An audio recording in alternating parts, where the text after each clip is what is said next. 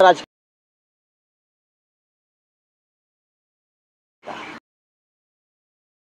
योजनावळी होत्या, छान जेवण वगैरे होतं, अशी स्नेह पाहिजे.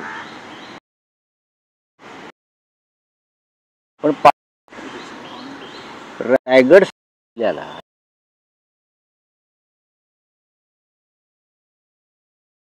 छत्रपती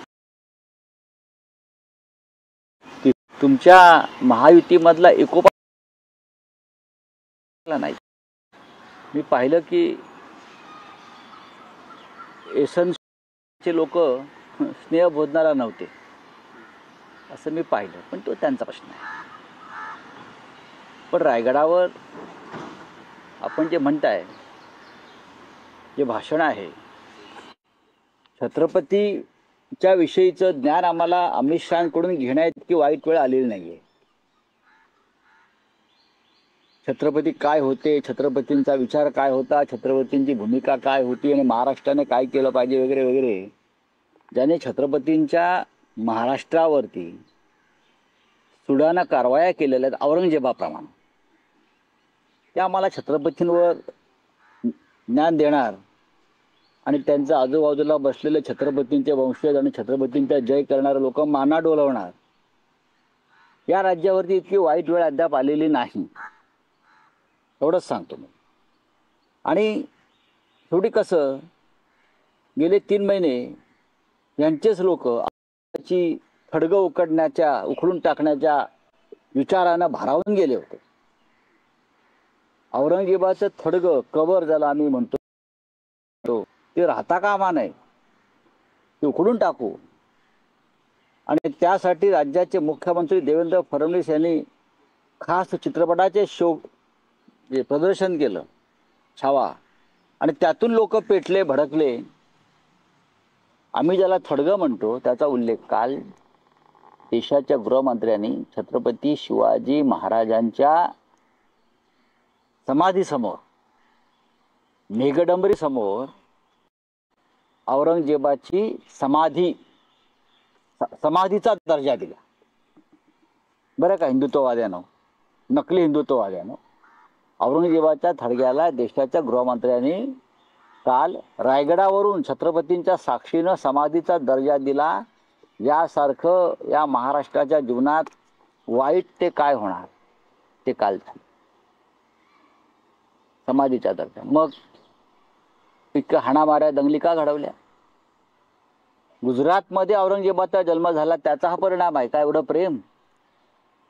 औरंगजेबाचा जन्म गुजरातमध्ये झाला, दाहोदला, म्हणून गुजरातच्या या नेत्यांना एवढं प्रेम आहे का औरंगजेबाविषयी, की औरंगजेबाच्या महाराष्ट्राच्या शत्रूला, हिंदुत्वाच्या शत्रूला, त्याच्या थडग्याला समाधीचा दर्जा देण्यासंदर्भातलं वक्तव्य प्रत्यक्ष देशाच्या गृहमंत्र्यांच्या तोंडून आलं. आणि त्याच्यापैकी छत्रपतींचे वंशज बाजूला बसले होते.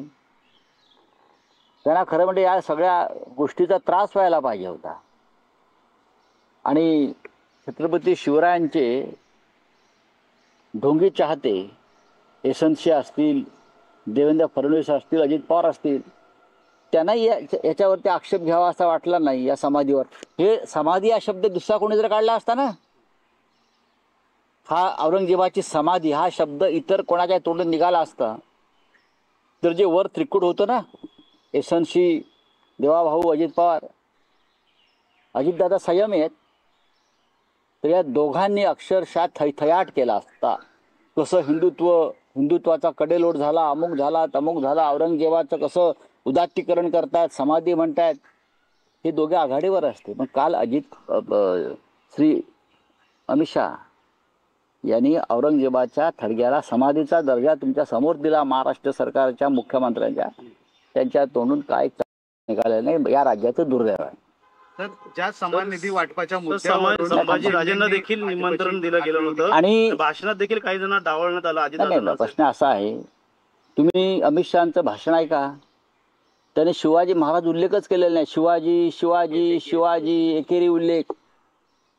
हा, एरवी शिवाजी महाराज नाही म्हणाल तर याद राखा ते छत्रपती होते, छत्रपती होतेच हो, मग ते छत्रपती होते किंवा आहेत आणि महाराज आहेत हे या देशाच्या गृहमंत्र्यांना माहीत नाही.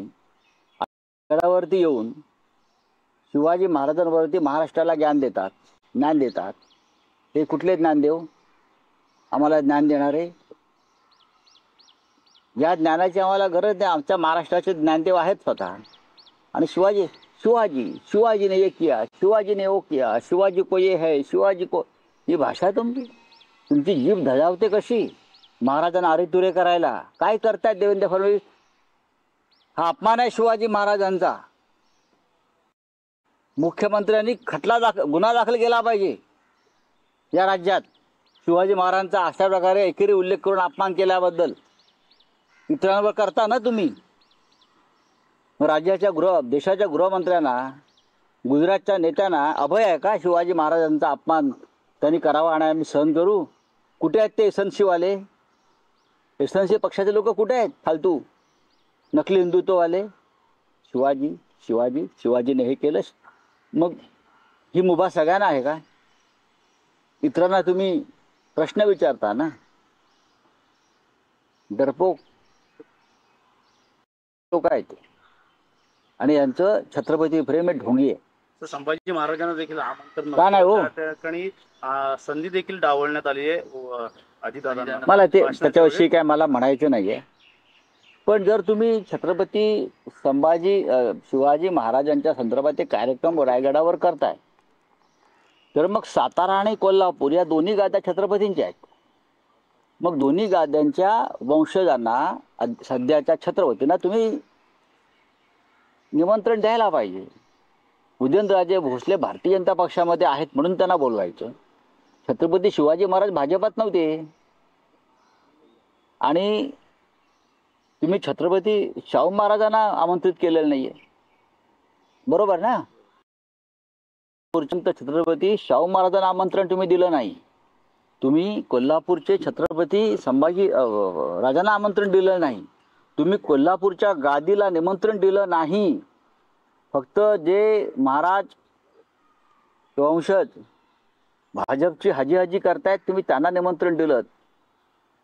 छत्रपतींचा आत्मा त्या समाधीतून तळमळत असेल. हे अमित शहांचं आणि देवेंद्र फडणवीस यांचं राजकारण पाहून जे तुमच्या पक्षात गेले त्यांना तुम्ही बोलवता. काय संबंध आहे? तुम्ही शाहू महाराजांना सन्मानानं बोलवायला पाहिजे होतं कालच्या कार्यक्रमाला.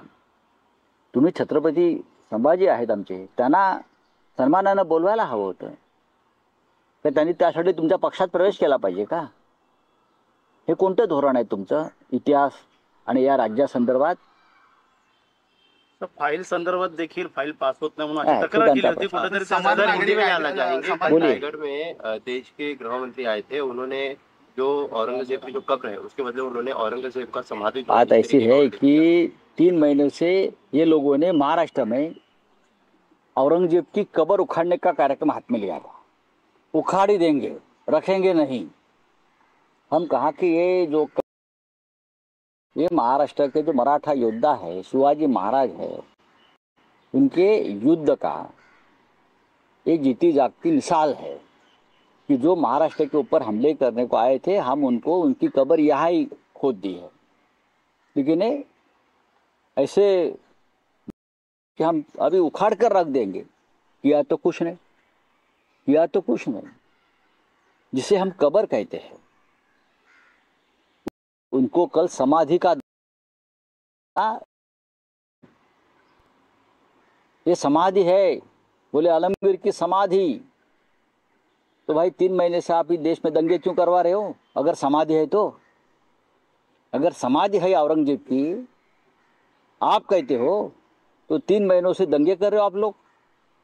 आप ही लोग हो ना दंगे करने वाले. महाराष्ट्र में सबसे ज़्यादा गड़बड़ हुई है और दंगे करने वालों को तो पूरा समर्थन राज्य के गृह मंत्रालय और मुख्यमंत्री का रहा.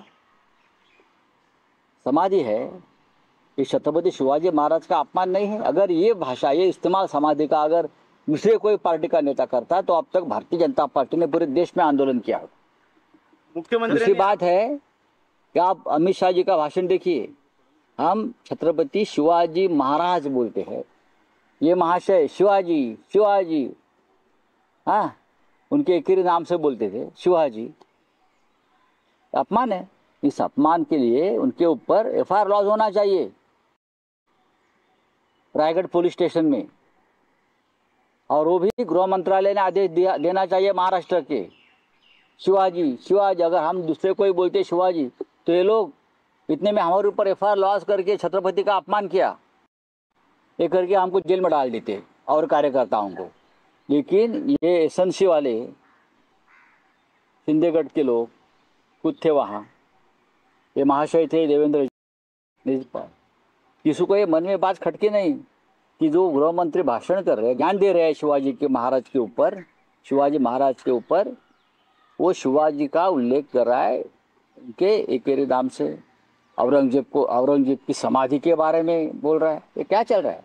कडेलोट करू असं मुख्यमंत्री म्हणाले होते, कडेलोट करू असं मुख्यमंत्री म्हणाले होते फडणवीस। इसी समय देवेंद्र फडणवीस का भी एक बयान है कि जिस तरीके से शिवाजी महाराज टकमक टो से पनिशमेंट देते थे, वैसे ही अगर शिवाजी महाराज का अभी कोई अपमान करता है तो किया है ना आपके सामने, लगता है आपके सामने तो अपमान किया है। क्या सुनने में नहीं आया? क्या प्रॉब्लम है? क्या कुछ मशीन देना चाहिए क्या सरकार को? सरकार को शिवाजी महाराज के अपमान की बात सुनने नहीं आते, दिखते नहीं क्या? हाँ, आप बोलते हैं ना वहां से ढकल देंगे, महाराज के जमाने में जो होता था, तो किया क्यों नहीं आप? एक एफआईआर तो लॉन्च करो भाई, आपके सामने अपमान किया है।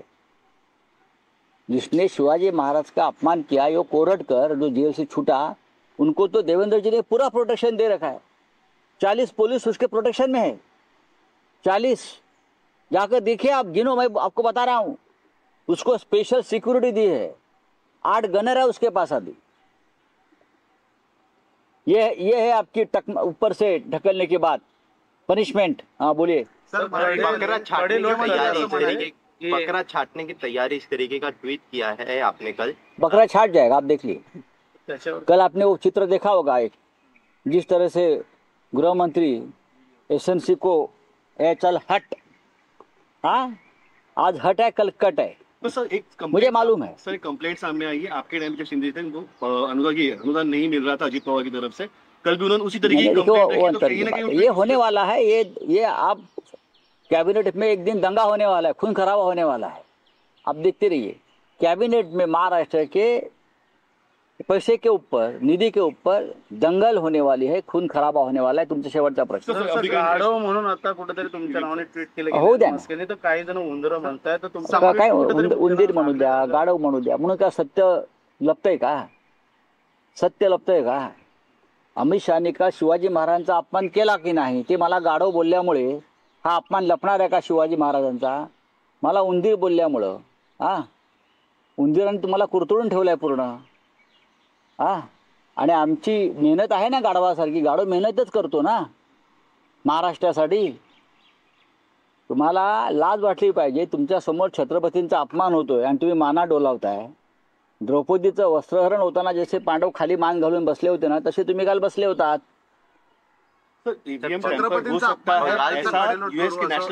हो सकता नहीं, महाराष्ट्र में हो गया है। तुलसी गबार्ड ने जो कहा है वो सही है। महाराष्ट्र में जो चुनाव के नतीजे आए हैं, वो तुलसी ने जो कहा है उसी हिसाब से हुआ है। हाईजैक भी हुआ है और रिजल्ट बदला भी दिया है। ये वॉशिंगटन से आया हुआ जो मैसेज है, वो इसीलिए आया है कि महाराष्ट्र की जनता के लिए मैसेज है। सर इलेक्शन कमीशन इस पे कोई ऑफिशियल बातचीत तो नहीं कर रहा?